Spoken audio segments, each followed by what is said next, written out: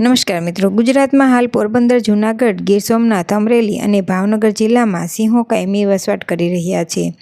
ગીરમાં વસ્તી વધતા સિંહો નવા વિસ્તારની શોધ કરતા હોય છે. છેલ્લા કેટલાક વર્ષોની વાત કરીએ તો રાજકોટ, સુરેન્દ્રનગર જિલ્લા સુધી સિંહના આટાફેરા જોવા મળ્યા છે. ત્યારે હવે વન વિભાગે આ વિસ્તારોમાં સિંહ કાયમી વસવાટ કરી શકે તે માટે સાવજ ગૃહનું નિર્માણ કરી સિંહને અનુકૂળ વાતાવરણ પૂરું પાડવાનો પ્રયાસ કર્યો છે.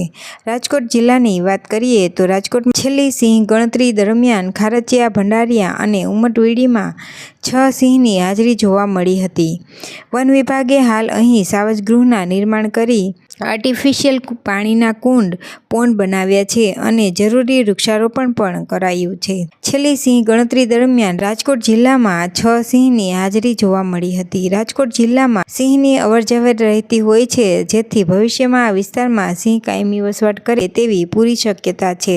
ત્યારે રાજકોટ જિલ્લામાં 3 જગ્યાએ સાવજ ગૃહનું નિર્માણ થયું છે, જેમાં ગોંડલ રેન્જમાં જેતપુર, ખારચિયા, વીડીનો સમાવેશ થાય છે, જ્યાં 1 મહિના પહેલાં જ એક સાથે 6 ડાલામથ્થા દેખાયા હતા. આ ઉપરાંત આ જ રેન્જમાં ભંડારીયા, વીડી તો જસદણમાં ઉમટવીડીમાં સાવજ ગૃહ બનાવવામાં આવ્યું છે. અહીં સિંહ પાણી પી શકે તે માટે પંજા આકારના કૃત્રિમ તળાવ બનાવવામાં આવ્યા છે, તો સિંહ શિકાર કરી શકે માટે તૃણાહારી પ્રાણીઓને ખાવાલાયક ઘાસ, દેશી જાંબુ, કરમદા, રાયણ, બોરડીનું વાવેતર કરવામાં આવ્યું છે.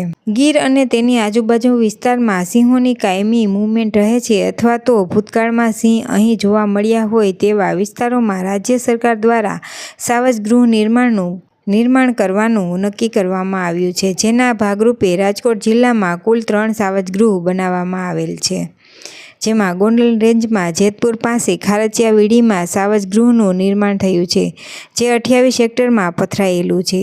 આ એ જ સાવજ ગૃહ છે કે જ્યાં 1 મહિના પહેલાં એકસાથે 6 ડાલામથ્થા જોવા મળ્યા હતા. આ ઉપરાંત આ રેન્જમાં એટલે કે ગોંડલ, ભંડારીયા, વીડી આવેલી છે, જ્યાં પણ સિંહોની અવરજવર જોવા મળી હતી. અહીં 167 હેક્ટરમાં સાવજ ગૃહ બનાવવામાં આવ્યું છે. આ બંને સાવજ ગૃહના નિર્માણ પાછળ 10 લાખનો ખર્ચ કરવામાં આવેલો છે. આ ઉપરાંત જસદણમાં ઉમટવીડી આવેલી છે, ત્યાં પણ સિંહોની અવરજવરના કારણે જુલાઈ મહિનામાં જ સાવજ ગૃહનું નિર્માણ પૂર્ણ થયું છે. આ સાવજ ગૃહ 1400 હેક્ટરમાં પથરાયેલું છે. મળતી માહિતી મુજબ આ વીડીમાં ચિકારાની સંખ્યા મોટા પ્રમાણમાં જોવા મળે છે, જ્યારે અહીં 2 દીપડાનો વસવાટ હોવાનું પણ જાણવા મળી રહ્યું છે. આ સાવજ ગૃહ પણ અંદાજે ₹5 લાખના ખર્ચે બનાવવામાં આવેલું છે. સાવજ ગૃહમાં સિંહો આશ્રય મેળવી શકે તે માટે પાણીના કૃત્રિમ તળાવ બનાવવામાં આવેલા છે, જે સિંહોના પંજા આકાર તળાવ છે. અહીં ખાસ સ્લોપ બનાવવામાં આવેલો છે, જેથી સિંહ અહીં આવે તો આરામથી તળાવમાં ઉતરી પાણી પી શકે.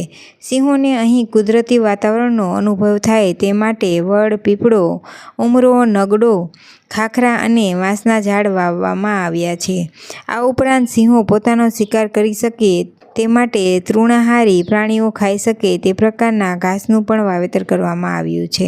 આ સાથે જ દેશી જાંબુ, કરમદા, ગુંદી, કટબુંદી, રાયણ અને બોરડીનું વાવેતર પણ કરવામાં આવેલું છે, જેથી તૃણાહારી પ્રાણીઓ જેવા કે હરણ, ચિંકારા અને નીલગાય અહીં આવી પોતાનો ખોરાક લઈ શકે અને તેથી સિંહ પોતાનો શિકાર પણ કરી શકે.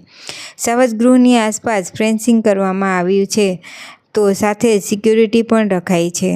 તો અત્યારે બસ આટલું જ. ફરી મળીશું નવા વિડીયો સાથે. તો આપને વિડીયો પસંદ આવ્યો હોય તો ચેનલને લાઇક, શેર અને સબસ્ક્રાઈબ કરવાનું ના ભૂલશો મિત્રો. તો મળીશું નેક્સ્ટ વિડીયોમાં. નમસ્કાર.